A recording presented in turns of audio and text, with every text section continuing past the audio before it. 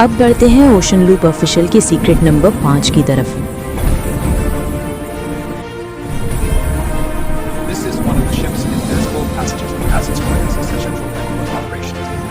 जहां जहाज के अंदर छुपे हैं ऐसे रास्ते जिनका पता आम मुसाफिर तो क्या, कभी अमले के कुछ लोग भी नहीं पान जाते।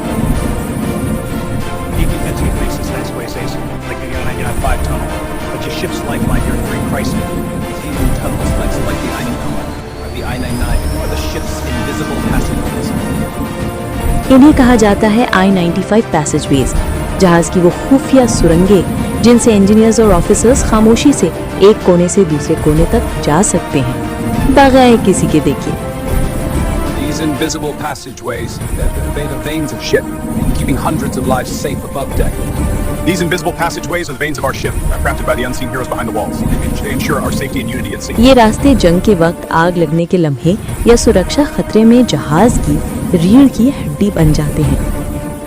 These ways are the lifelines of the MS Raz, crafted by the unseen heroes who keep her sailing through the darkest storm. Captain हमेशा कहता है कि असल हीरो वो नहीं जो सामने खड़ा हो, बल्कि वो है जो पर्दे के पीछे जहाज को चलाता रखता है। यही है क़ियादत का असली राज, खामोशी में खिदमत और अंधेरे में रोशनी।